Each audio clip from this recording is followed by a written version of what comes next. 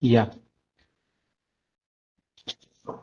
So before we start into the live demo, those who have there are few applications from which we can run the machine learning if you want to do. So one is Matlab, which I'm currently showing, or we can also use. Srinath, you click that, got it, no, that one.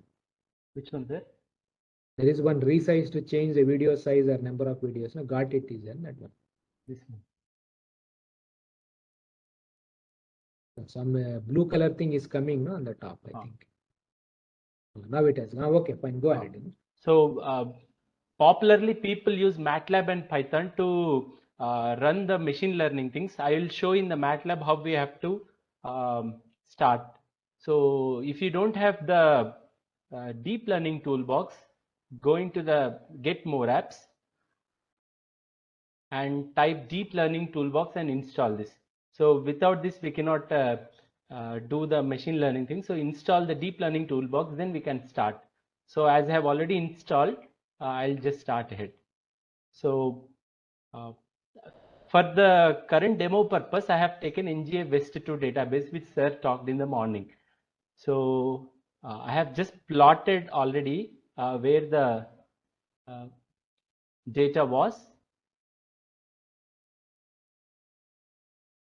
how the earthquakes are looking and where the stations are there, and things like that. We can see just to get from which regions our earthquakes data is.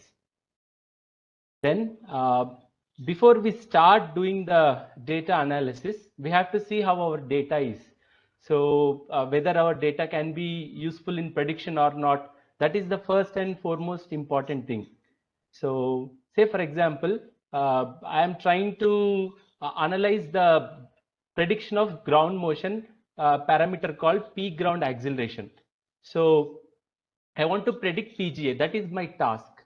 So sir had already explained so many neural networks are developed. We'll just use a simple shallow neural network for the demonstration purpose. So we know the input parameters, movement magnitude, distance, shear wave velocity, and depth, and focal mechanism, and things like that. So what we have to understand from the data, we know that the total earthquake records follow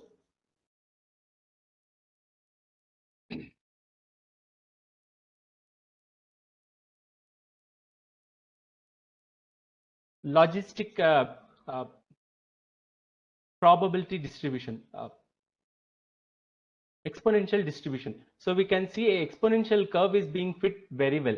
But if we see here, 4.5 magnitude earthquakes are missing in this. So that we have to keep in mind. And then if we see the distances, we are more interested in near field distances, say below 100 kilometers, we should have many records. Because near the earthquake, more effect will be, right? So we are more interested in, we should have more number of near field records, say less than 100 kilometers. We have to ensure that our data which we considered will have more records. Otherwise, we have to add some additional data to it. Then the soil amplification, say shear wave velocity proxy of the site condition, we should ensure that soil type C, D, and other things, we have sufficient number of those things so that soil amplification can be captured.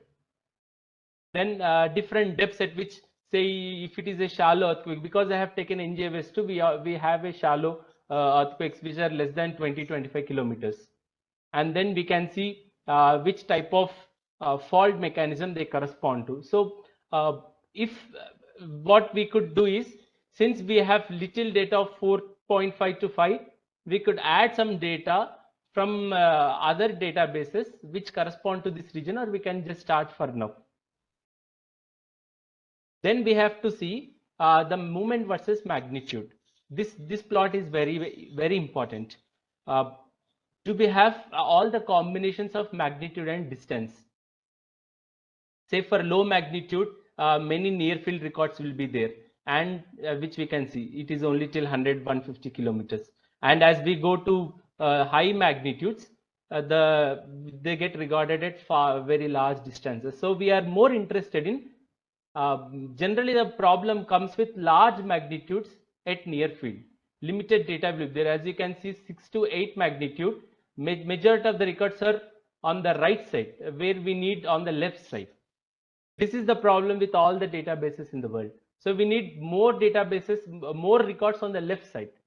So having done some preliminary analysis, let's start. So if we take one of the very old 1978 model, they have developed a relation something like log PGA is equal to some coefficient C0 plus C1 magnitude plus C2 into log R. We'll try to fit with our machine learning. So they have taken two input parameters, magnitude and distance. So our inputs will be magnitude and log distance. So we are also taking log distance, and the output is log PGA. So our output is also log PGA. So to start running the neural network, we have to type NF tool. So if we type this command, a window will open. I'll just show. So a neural network fitting app will open, where you can see this is the input and hidden layer and output. So this is a shallow network. We have only one hidden layer. So I'll proceed next. We have to give our inputs.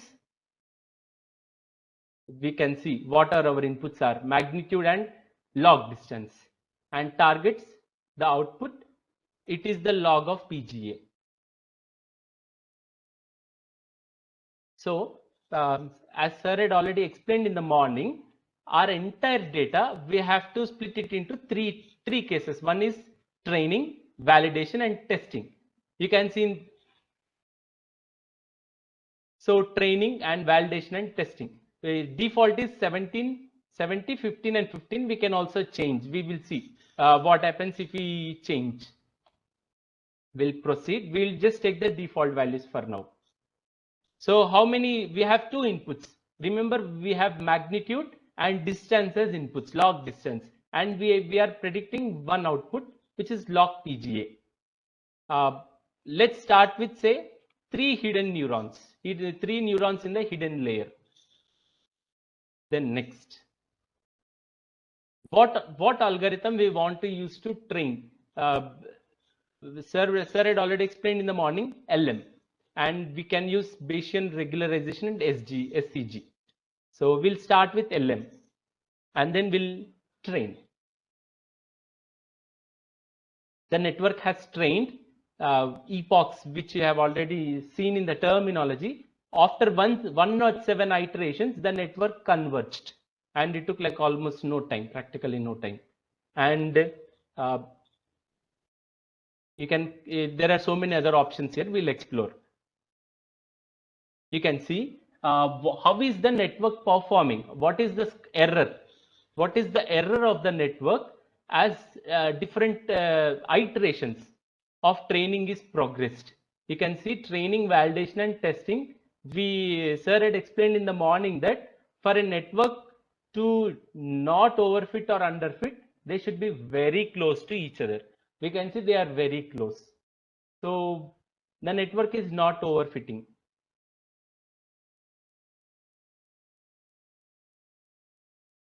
Then let's plot the error histograms. This is error is defined as target minus output. So target is log PGA, which we had given recorded data, and output is the prediction which we had predicted. So you can see this is the 0. If all the values are falling on 0, it means perfect fit. There is no error at all in our prediction. But we have noise in the data and so many other things. So we can see most of the values, most of the records, say for example, some 4,000 records are almost close to 0. And then 0.3, you can see some 3,500 records are almost like they have 0.3 error. You can see the error is also equally distributed. It should not be like any bias, which we had seen. No, sir was telling you different biases. There should be no bias and things like that. You can see this follows like a normal distribution where the error is uniformly divided. So we don't see any patterns or trends where it is increasing or decreasing, things like that. It is symmetric, which we want in a good fit. So, and also they are like equally distributed. So then we will see regression. This dotted line, this is the output and this is the target. For an ideal fit, why the target should be equal to output. This is the ideal case, no? So this dotted line is like the ideal scenario where if everything in the circles fall on this line, it means there is no error only. But this will not be the case in reality. Rather than following y is equal to x line, the data is something like 0.89 times target minus 0.65, something like this line. And our R correlation coefficient is 0.94 training. Similarly, we can see for validation. Similarly, it is also 0.94. And for testing, it is like 0.94. Similarly, as we can see, all the three data sets have almost similar prediction. So network is not trying to overfit, which is very essential. So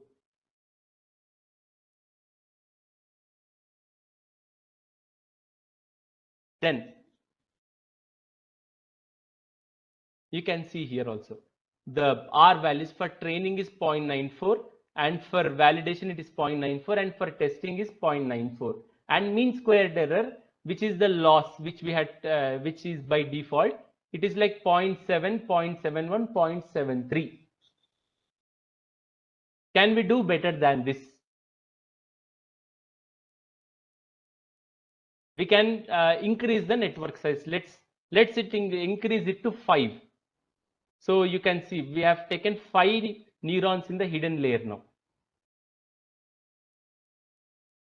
Train again. As you can see, the values are like almost slightly reduced.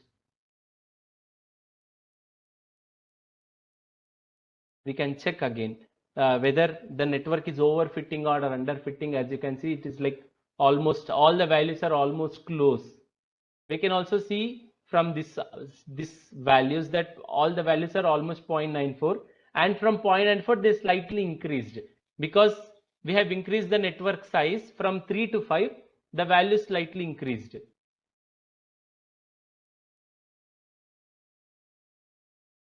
You say if we increase it to 10,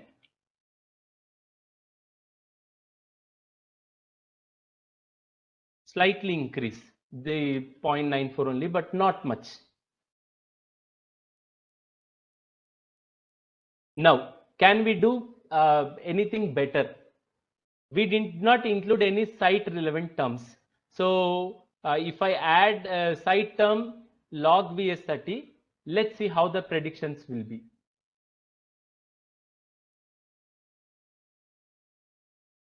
Now I have 3 inputs and similarly only one output, 3 inputs, one output, and I have 19,372 records, 19,372 samples.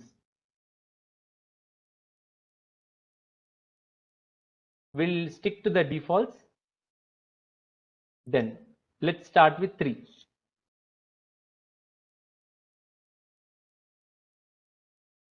As you can see, earlier it was 0.7. Now it dropped to 0.65. MSC reduced because now we gave additional information, site information, and almost like 0.94 to it slightly improved. But error MS is reduced. We can see once again the performance. They are like almost same. All the values, training, validation, and testing, they are like almost close.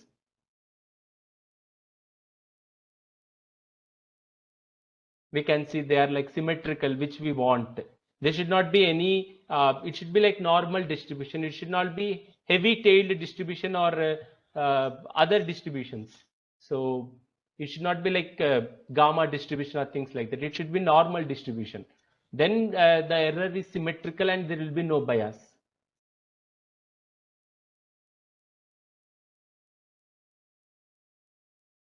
Now, can we do better? We can add more neurons in the hidden layer. Now, you can see it's slightly improved.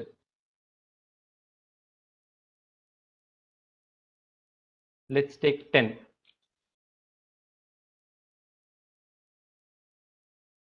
You can see it's like almost same 0.94 only, but MSC is also almost from 0.7 to 0.64 only, not much change.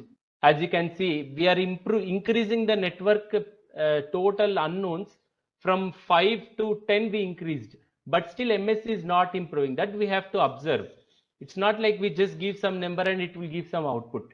We should ensure that, okay, if we are increasing the network complexity from 3, 4, 5, 6, if we are improving, is the network accuracy improving or not? If it is not improving, we should not add.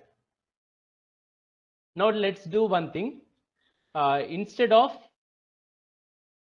17, 15, 15, we'll do something different. Say we will take 25, 25. Does it affect anything? So we have only 50% in training and 25% in validation and 25% in testing. Since we have lower number of data in training, the accuracy might drop.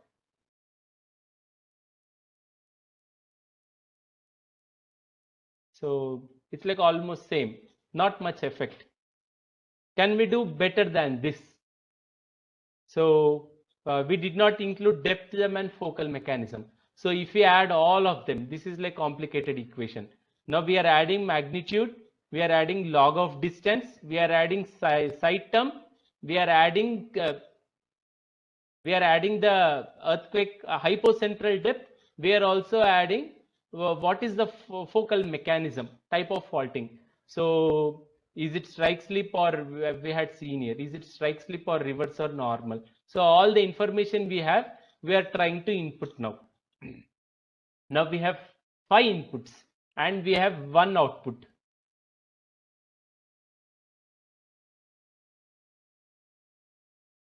So we have 5 inputs, you can see here 5 by 19372, 5 inputs and 19372 records and 1 output which is log PGA.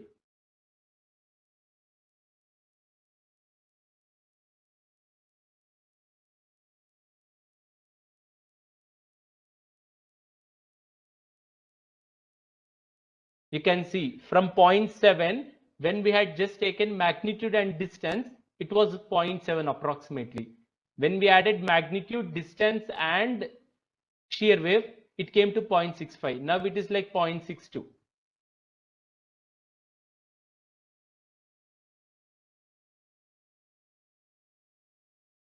So we can see slightly there is, these values are slightly higher.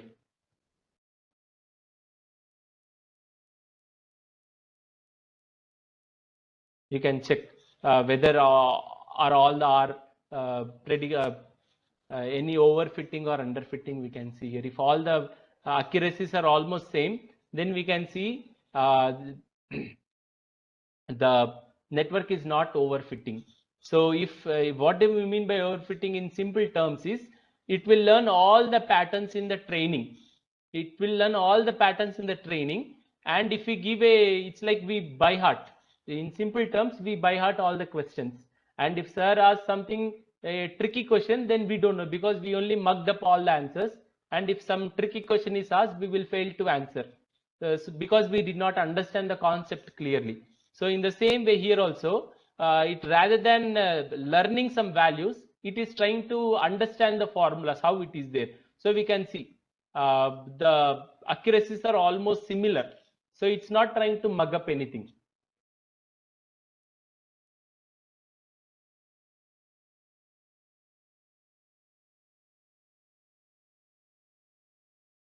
Let's increase it to 10.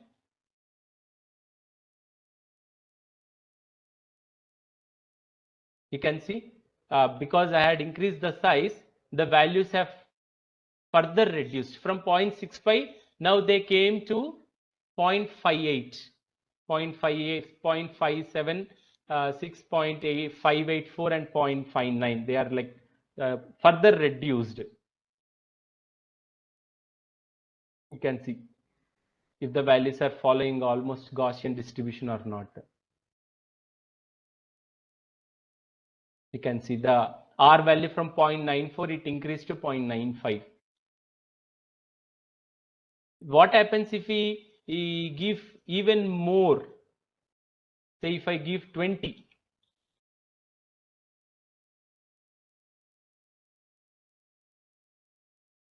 little increase, but little reduction in MSC. Just for the training purpose, let's give even more. You can see it is taking so much time now.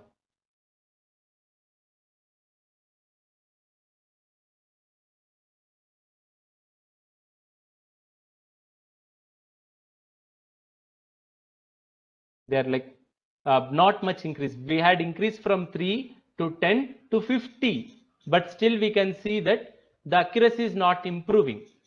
Network size is increasing, but the accuracy is not increasing. So it means that uh, uh, we have to understand network is not increasing in accuracy. We have to stop. So we have to increase only till where the accuracy is improving. If the network accuracy is not improving, we should stop. So maybe till maybe till 10 the accuracy was improving. We have to do it thoroughly. Just for the sake of this thing, I am taking only till 10. We can see they were like almost same, 0.95 only. Now instead of LM, let's try with different algorithm and see if some other this is stochastic. So if some other answer we get. See when I used SCG, the results became bad.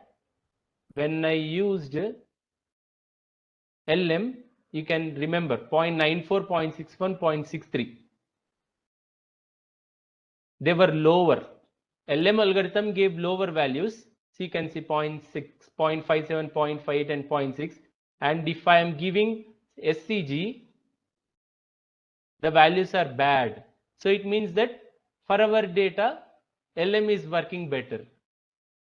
So let's also see this Bayesian regularization. You can see it is taking so much time. And in Bayesian, there will not be any validation. So this is 0. There are only two. One is training and one is testing. So MSC is almost similar to our LM. So LM is almost similar to our regularization. So we can see almost similar values we got. LM is commonly used and it is popular. So you can see it is very quick. The time, if you check also, because this is like very small, if you are trying to predict many outputs, it will take considerable time. So LM is like fastest and much better. So this is like commonly used one. Now just to see let's code. Now we had used the till now we had used the default provided MATLAB thing. Let's code. So to code, type help feed forward network. Just type and enter. You can see here. So what it does, so we can give 2 or more feed forward networks. So the command is feed forward network of hidden sizes and training function. And some example how we have to give, he has given some example. So I had used a similar thing here. So he has said to use feed forward network of 10. So 10 is like number of neurons in hidden layer. So for now we are using hidden layer size 6. I want to give a hidden layer size of 6.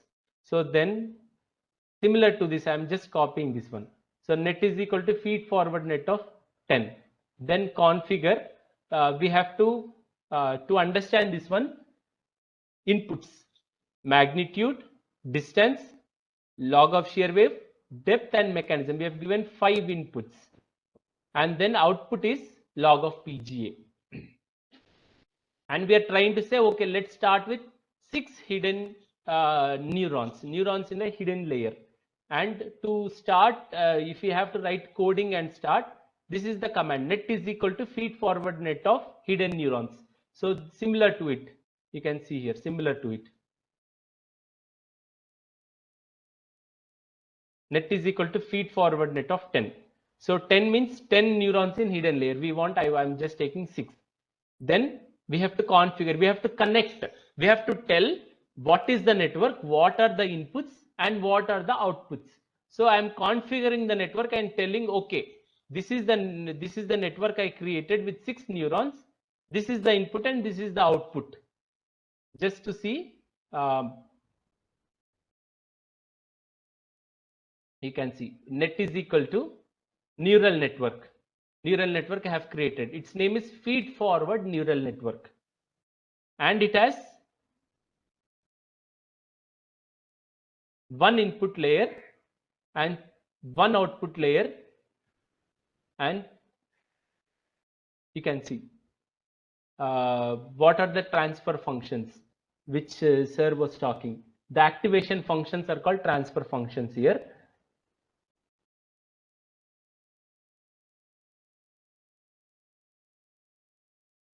You can see here.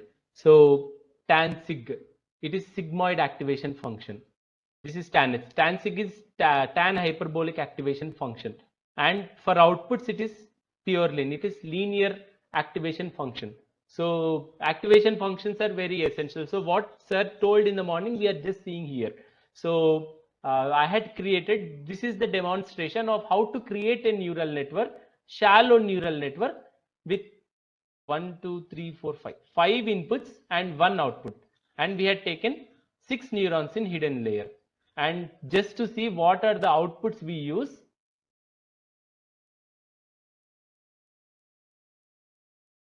you can see here. This is the tan hyperbolic. It is like at -1.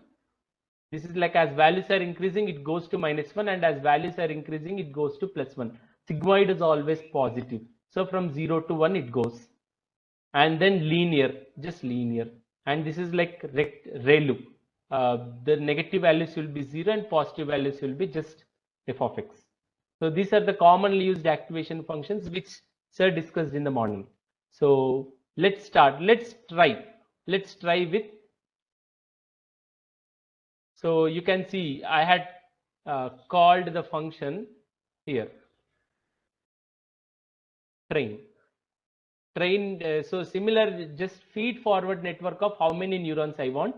I had given 5 neurons in hidden layer, and feed for same what we had discussed in the above. I'm calling the same thing, and then I'm using this command net is equal to train of, and we have to give what is the network we want to train and what are the input and output. And I'm trying to get, you remember what we had seen, what is the training, validation and testing accuracies. So from this command, it will give me what are the training values and validation values and testing values, and then I'll compute the error. You can see 0.62, 0.62 and 0.64. So it similar to what we had just seen. So same thing I'm trying to code and then get the output. So we can just see if I increase to 7 the values. So from 5 it was, if I use just 3 neurons in hidden layer, it is 0.62, and if I increase it to say 6 neurons in hidden layer, we can just play and just get a feel of how the values are behaving. If I say increase it to 13, you can see it is slowly decreasing. We have to understand how the network is behaving as hidden neurons are increasing. Neurons in hidden layer are increasing. 0.55. But you can see here 16 neurons in hidden layer. We can see training error is 0.55 and testing is 0.6 and validation is 0.6. So what we can say from this? The values of training are reducing, but validation and testing are not reducing. So network is actually overfitting for this one. So we should not use 16. Here if you see, they are like almost close. So network is not overfitting here. You can see they are like almost close. The network is not overfitting. But if I say take 18,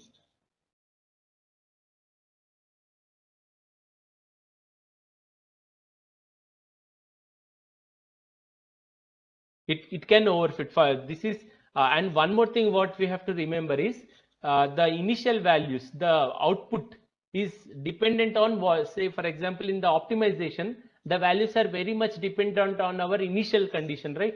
And the initial conditions are random, so each time we run we get a different output. So we have to run some say 50 times or 40 times or 10 times and then see the average how the network is behaving. Just from one output we should not conclude, because the initial value is stochastic. Now let's go to a deep neural network. It is similar to the previous thing. Instead of just one, we'll use two. Exactly same code, but instead of one, we will use two. So say, you can see here, I have 5 inputs and 5 neurons in hidden layer and 7 neurons in hidden layer 2, and I am trying to predict one output.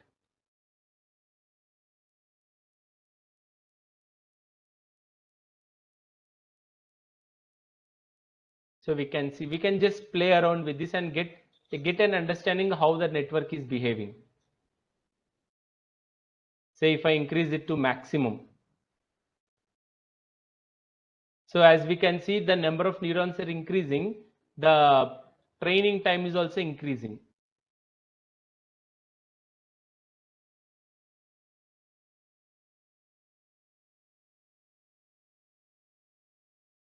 You can see from 0.7, 0.65, 0.7, we brought the error to 0.5. So 0.5, 0.54, 0.53. So a little bit of overfitting we can see here. They should be almost close. So this is little demonstration. If you have any other queries, you can ask. I'll just show mixed effects also.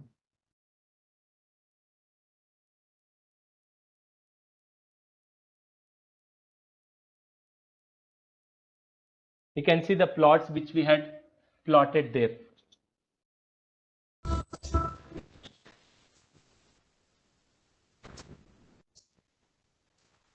So the values, they should be almost close to 0. We can see almost close to 0.